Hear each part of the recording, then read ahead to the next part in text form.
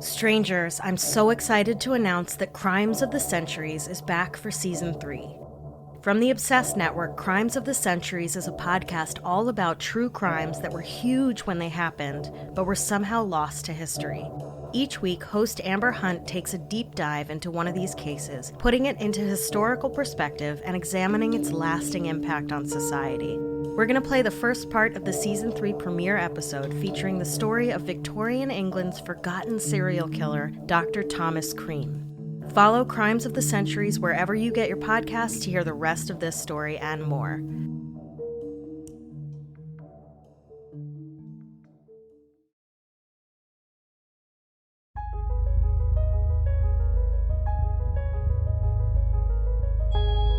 Some crimes are so heartbreaking or shocking that they change laws, change society, or even earn the label Crime of the Century. But the stories that made headlines in decades past aren't necessarily remembered today. I'm Amber Hunt, a journalist and author, and in each episode of this show, I'll examine a case that's maybe lesser known today, but was huge when it happened. This is Crimes of the Centuries.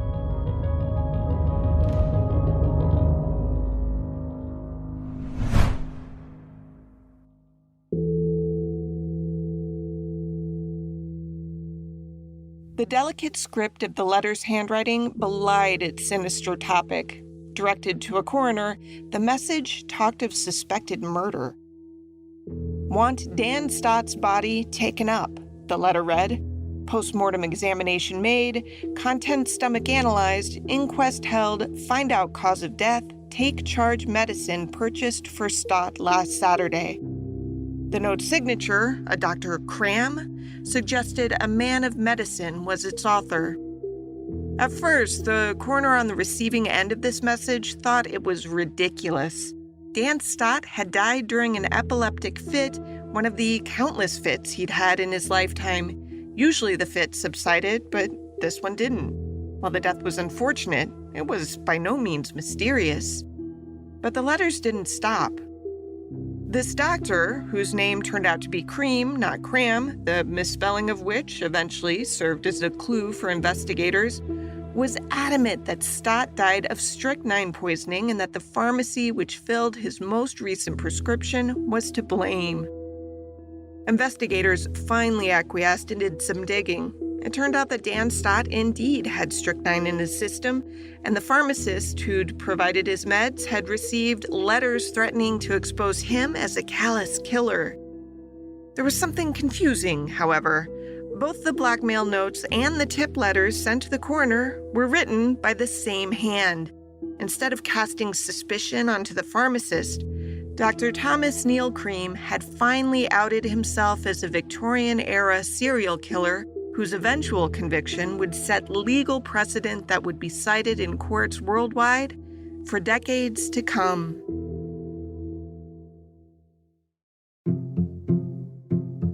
Nothing in Thomas Cream's early years suggests he would become one of the most infamous killers of his day. He was born in Glasgow, Scotland in 1850 as the oldest of 8 children born to William Cream and Mary Elder. When he was about 4, the family crossed the Great Pond to reach Canada, where Thomas was highly regarded by just about anyone who knew the family, and not in a passive, he just didn't seem to cause trouble kind of way. Cream was the son of a wealthy timber merchant in Quebec City, grew up in a privileged background, church-going, taught Sunday school, sang in his church choir. That's Dean Job, author of the book, The Case of the Murderous Dr. Cream, The Hunt for a Victorian-Era Serial Killer. For a while, Thomas worked alongside his father as a shipbuilder, though the work sadly dried up after an unfortunate fire that handicapped the country's shipbuilding industry. When Thomas shifted his focus from ships to medicine, it seemed a wise choice for the oldest son of a wealthy, respected family. He was from a wealthy family, lots of money to send him to the finest medical school in Canada. That school was called the McGill Medical School in Montreal. When Cream arrived, he was a legit adult who had never been in trouble before in his life. In a lot of stories we explore on Crimes of the Centuries, there's usually something telltale, at least in hindsight, pointing to problems with our eventual killers. But that doesn't seem to be the case with Cream. Or maybe if there were tells, his family successfully covered them up to an amazing degree. As in, even after his name became infamous worldwide, there weren't people coming forward from his earliest years to say, yeah, I always knew he was a bad seed. He had detractors, to be sure, but those mostly came from his days in medical school and beyond. He was in his mid-20s and something happened. At this distance, it's difficult to know, but you see over time his hatred of women intensified, perhaps because he was engaged to a young woman soon after he graduated from McGill, and she became pregnant. I'll correct the passive voice there. Cream impregnated her. She didn't just magically become pregnant. Her name was Flora Brooks, and she was the daughter of Lyman Brooks, a businessman who ran the Brooks House, considered the best hotel in Waterloo. Flora and Thomas met in the spring of 1876 when Flora was 23 and Thomas nearly 26. He told her he intended to marry her. Now, this was the Victorian era, when rules about courtship were pretty strict, so as Job writes in his book, the two weren't supposed to see each other without a chaperone, but it seems they figured out a way. In September, Flora fell horribly ill. Her family doctor examined her and broke scandalous news to her father. She'd been pregnant and was ill from an abortion that Cream had conducted.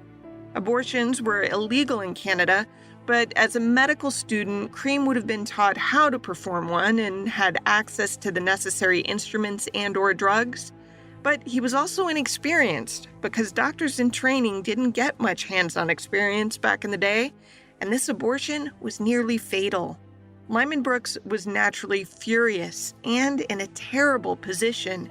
If he went after Cream criminally, he risked ruining his daughter's reputation and condemning her to a disreputable life. In retrospect, probably the decent thing to do would have been to turn him in. That would have ended his career pretty early because he could have been charged, convicted of the abortion. Instead, they forced him to marry their daughter. Lyman gathered some policemen, went to Montreal where Cream was staying, and insisted that he come back the 60 miles to Waterloo and marry Flora. Cream didn't have much of a choice. He reportedly said he was happy to do it, that it had been his intention all along to marry Flora anyway, but his behavior after the shotgun wedding suggests otherwise. Literally the day after the nuptials, Cream left Canada for London to supposedly finish his medical studies. He never saw his new wife again. Unfortunately for her, though, that doesn't mean the two didn't stay in touch, but we'll talk about that in a bit. As Job said, something happened during the med school portion of Cream's life, though there's never been a clear explanation of what that something was. What we do know is that Cream's mother had died when he was entering adulthood, so just before he started med school. His mother died when he was 19. That's old enough that it shouldn't have had it's not like he was really young at the time, but he was very devoted to his mother. And by all accounts, it was a horrible lingering illness and death, and he was really badly affected by it. His adoration for his mother didn't translate to other women, whom it seems he saw in black and white terms, that whole Madonna horror complex we've seen in other cases. He began frequenting sex workers in med school and carrying around with him lewd illustrations that others found concerning. But the author Job thinks it was the forced marriage to Flora Brooks that perhaps triggered Cream's darkest impulses.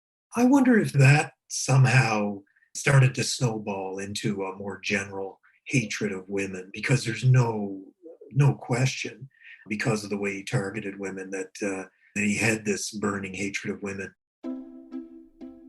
Abandoning his wife, Cream arrived in London in October of 1876. He'd gotten a degree from McGill, the Montreal school, but a lot of that schooling had been hands-off. He got more hands-on experience at St. Thomas's Hospital, one of the city's oldest and most revered. Not 2 decades earlier, famed nurse Florence Nightingale had established a nursing school as part of the hospital. Doctors training at St. Thomas would have spent a good deal of time learning about formulating their own medicines. That was very much a part of a doctor's training. I think today doctors would understand what's in medication, but they actually compounded medicine and dispensed it. Doctors of the era made their own tinctures and ointments and salves and elixirs, and a number of those concoctions had ingredients that sound crazy to us today, like arsenic and strychnine, which I learned while researching this episode is sometimes pronounced strychnine by people smarter and classier than I. At the time these poisons were used, they were typically included in minuscule doses. Well, in trace amounts, strychnine was, at the time, had therapeutic value.